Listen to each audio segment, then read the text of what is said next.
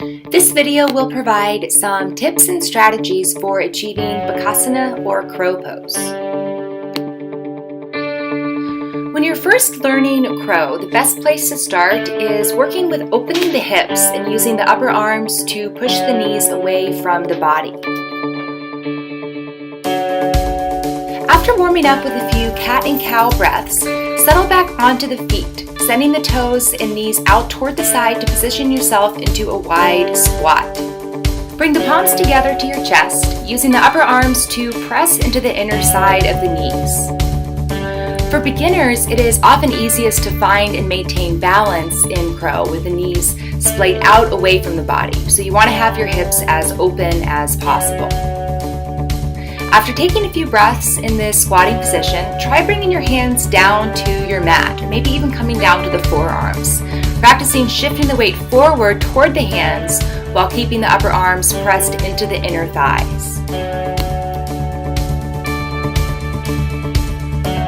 Next, we're going to start to catch some air in this pose.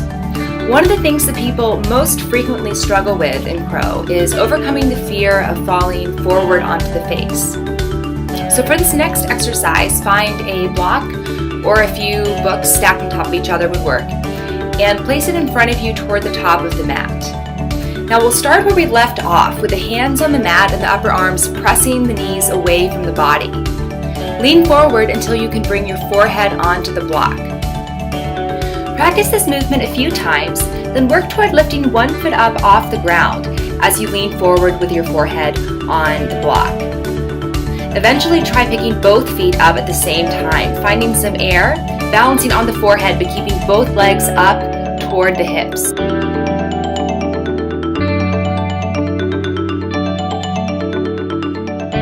Next, you'll work toward lifting your head up off of the block. Now try to move the head as slowly as you can, and be prepared to fall back on the feet several times. This part really just comes down to practice. Once you become comfortable with leaning the head and the chest forward, you can replace the block with a blanket or a pillow in front of the face. This gives you more room to work with, but you still have a soft landing in the case that you do fall forward. So now we'll work on finding more height in the back of this pose. Bring two blocks or stacks of books will work fine behind you, one to go underneath each foot. Then you'll return to our same starting position. Hands on the mat, arms pressing the knees out to the sides, but this time with the feet elevated on top of your blocks or your books. Now, just as we did in the last exercise, first practice bringing one foot up at a time, working toward holding both up.